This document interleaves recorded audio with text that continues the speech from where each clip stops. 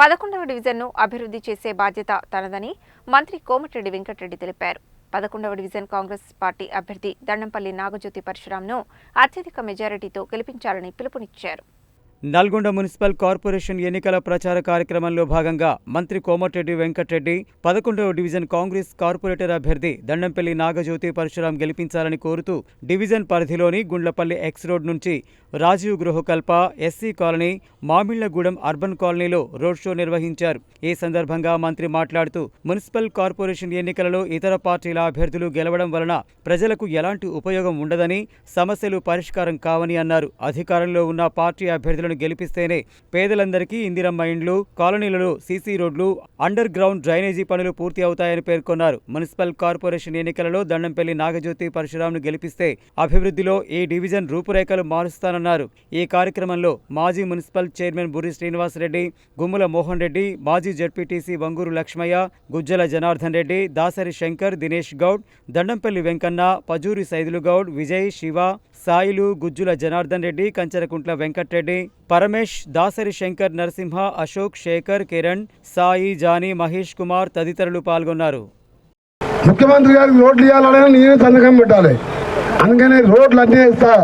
మీ పేదవాళ్ళకు సంబంధించిన ఎన్నికలు ఇవాళ నాగజ్యోతి గెలిస్తే ఇవాళ మీ ఇంట్లో ఏ కష్టం ఉన్నా, మీకు ఏమైనా ఆరోగ్య ఇబ్బంది ఉన్నా, మీ పిల్లలు చదువుకోవాలన్నా, మీకు ఇంకా ఏమైనా సహాయంగా ఇందిరమ్మ ఇల్లు కావాలన్నా నా దగ్గరికి వచ్చి పని చేసుకుంటుంది. అవతలోడికి ఓటేస్తే ఒక ఆయన ప్లాట్లు కబ్జా పెడతాడు, ఇంకొక ఆయన ఓట్లు అమ్ముకుంటాడు.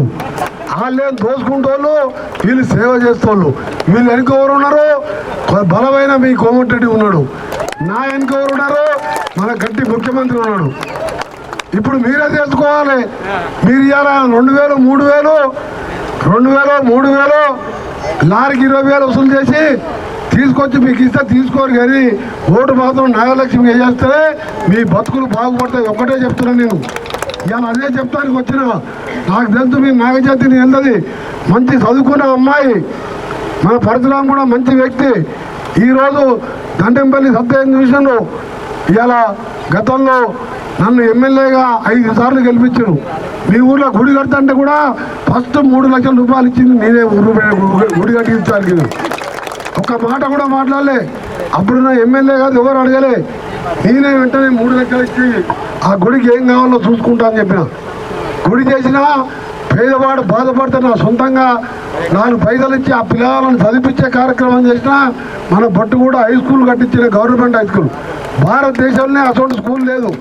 ఇక్కడ ఉన్న స్కూల్ కూడా కంప్యూటర్లు పెట్టించి ఈ స్కూల్ని కూడా అభివృద్ధి చేసుకుంటూ మామిళ్ళ కూడా హౌసింగ్ కాలనీ కానీ, అర్బన్ కాలనీ కానీ, రాజీవ్ స్వగృహంలో ఉన్న పేదవాళ్ళకి కానీ అన్ని కార్యక్రమాలు అవుతాయి. ఇప్పుడే మన నాగజ్యోతి చెప్పింది, మా వార్డులో చాలా సమస్యలు ఉన్నాయంటే నేను చెప్పిన అందరికీ హామీ నా తరఫున 3 నెలల్లో నల్గొండ పట్టణం హౌసింగ్ బోర్డు కాలనీ కంటే మంచిగా మీ కాలనీని చేసే బాధ్యత రాదని చెప్పి, అదే ఇవాళ నా మంచి నాగజ్యోతి ఉంటే నా దగ్గరికి వస్తాడు.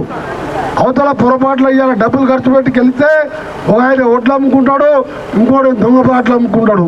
ఇప్పుడు ఏం చేయాలి చెప్పు. కాబట్టి నేను పోతుంది. మనకు సార్ ఎలాంటి సహాయమైనా ఎప్పుడైనా మన పేదల కోసమే ఉన్నాడు సారు. పేద ప్రజల కోసమే పుట్టిండు ఆయన. మీరందరూ సార్ని నమ్మి మాకు ఓటు చేసి గెలిపించగలరని నమ్ముతూ మీ అందరి ఆశీర్వాదం కోరుతున్నాను. మీరందరూ కాంగ్రెస్ ఓటు చేయండి, గెలిపియండి. సార్ నమ్మకాన్ని నిలబెట్టండి. సార్ నా మీద నమ్మకం పెట్టి నన్ను నిలబెట్టి టికెట్ ఇచ్చారు నాకు ఇంత చిన్న వయసులో. మీరందరూ ఆ నమ్మకాన్ని నిలబెడతారని నమ్ముతున్నాను. జై కాంగ్రెస్.